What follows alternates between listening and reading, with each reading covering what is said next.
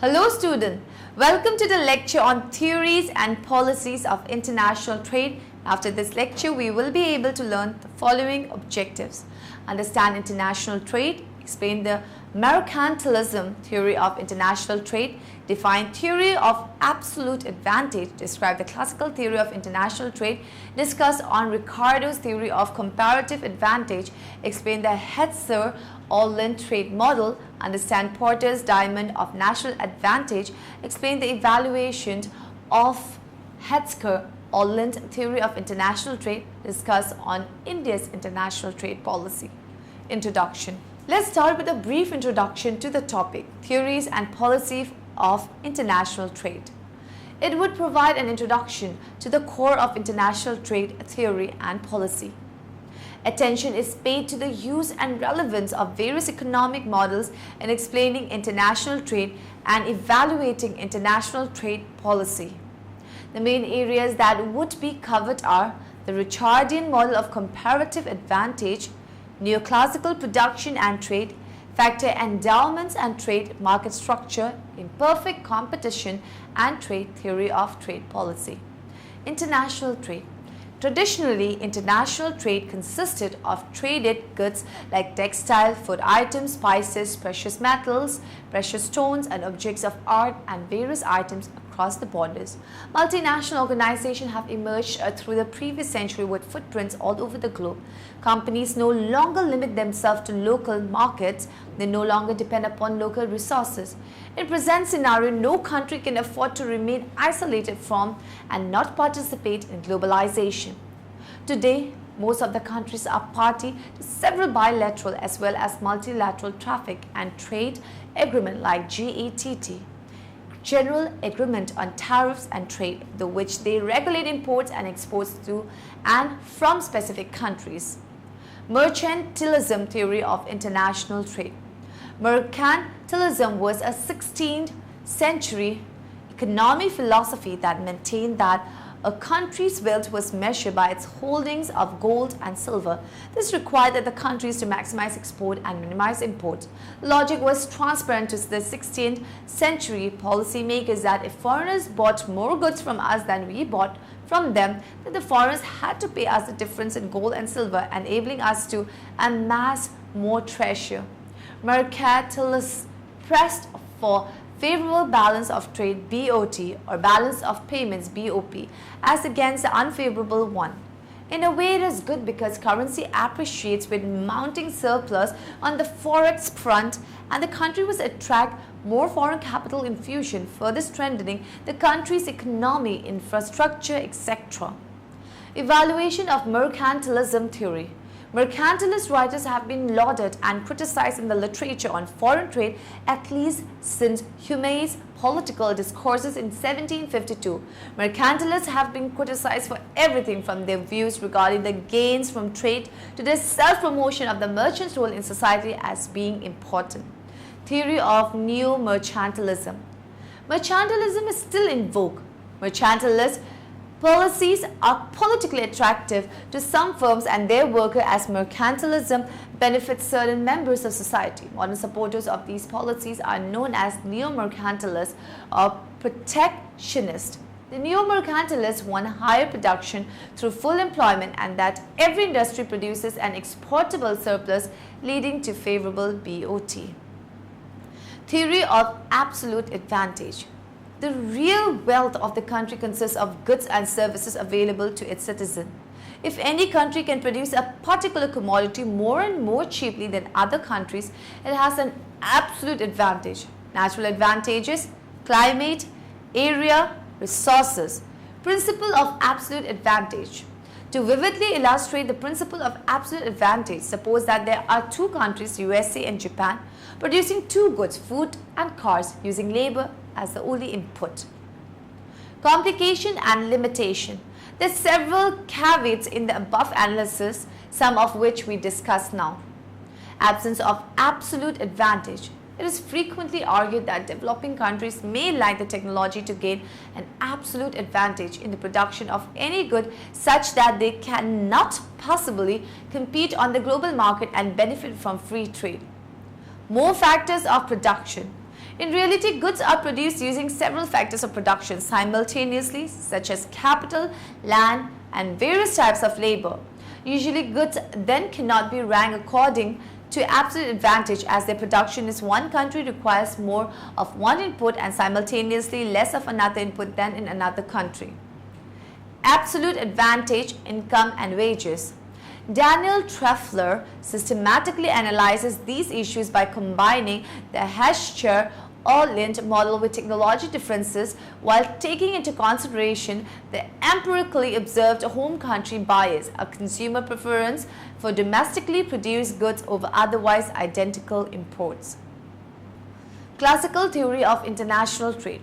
According to the classical theory of international trade, every country will produce their commodities for the production of which it is most suited in terms of its natural endowments, climate, equality of soil, means of transport, capital, etc.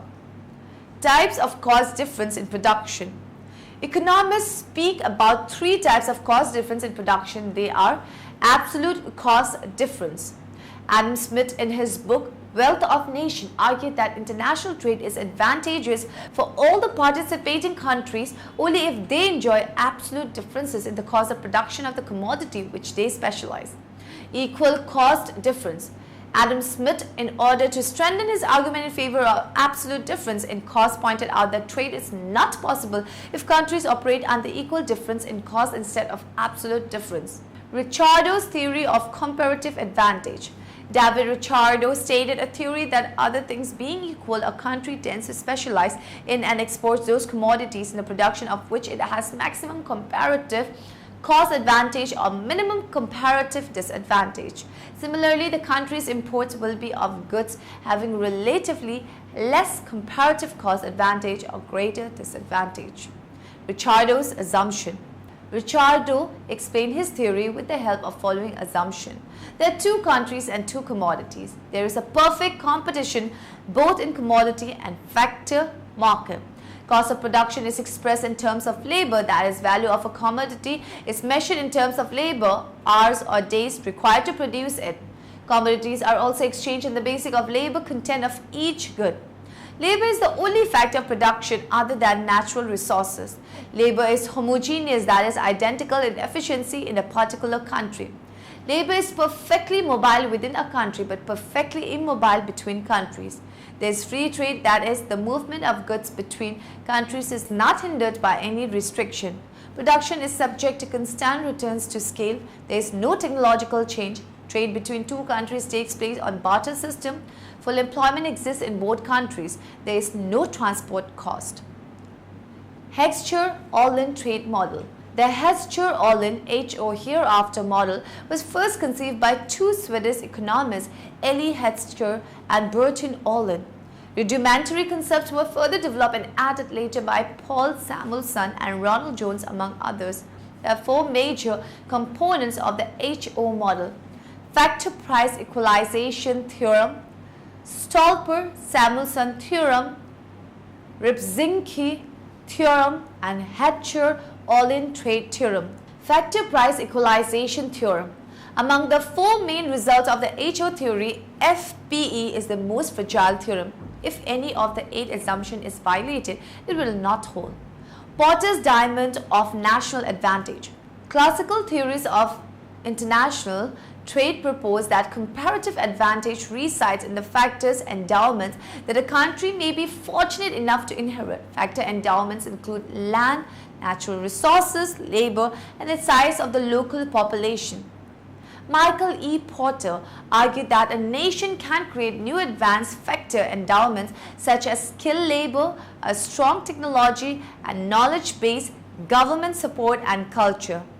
Porter used a diamond-shaped diagram as the basis of a framework to illustrate the determinants of national advantage. Porter's diamond of national advantage chart. The individual points of the diamond and the diamond as a whole effect 4 ingredients that lead to a national comparative advantage. These ingredients are the availability of resources and skills, information that firms use to decide which opportunities to pursue with those resources and skills, the goals of individuals in companies, the pressure on companies to innovate and invest. Factor condition. A country creates its own important factors such as skill, resources and technological base. The stock of factors at a given time is less important than the extent that they are upgraded and deployed. Local disadvantages in factors of production force innovation. Adverse condition. Demand condition. When the market for a particular product is larger locally than in foreign markets, the local firms devote more attention to that product than do foreign firms, leading to a competitive advantage when the local firms begin exporting their product. A more demanding local market leads to national advantage. A strong trend-setting local market helps local firms anticipate global trends. Evaluation of Heckscher-Ohlin theory of international trade. A significant difference between the classical and the modern approach is that the former consisted primarily of propositions about the relative price of goods. The later offers a series of propositions about the relative prices of factors. It also appears that the classical theory was an attempt at establishing the welfare position of trade theory. It stressed that territorial specialization based on comparative advantage leads to an increase in the welfare of the world as a whole. On the other hand, Heckscher-Ohlin theory makes a positive contribution to economics. It makes a scientific attempt to explain the structure of international trade and reveals the ultimate base of international trade as the differences in factor endowment in different regions. The factor proportion theorem of Ohlin also reveals the classical lacuna of placing emphasis on the equality of a single factor, labor as playing a key role in determining comparative advantage. In the Richardian model, comparative cost differences are viewed under the assumption that identical absolute combination of the factors devoted to the production of a single good would produce different amounts of that good in different countries. On the other hand, the Ohlinian model assumed that the production function of a given commodity is identical from country to country, but it varies from commodity to commodities. India's international trade policy.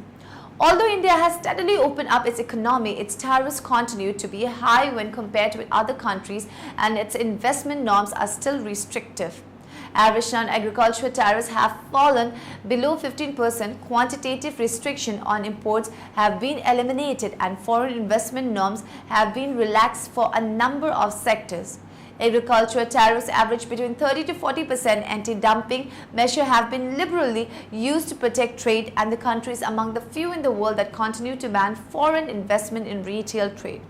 India is now aggressively pushing for a more liberal global trade regime and have assumed a leadership role among developing nations in global trade negotiation and played a critical part in the Doha negotiation.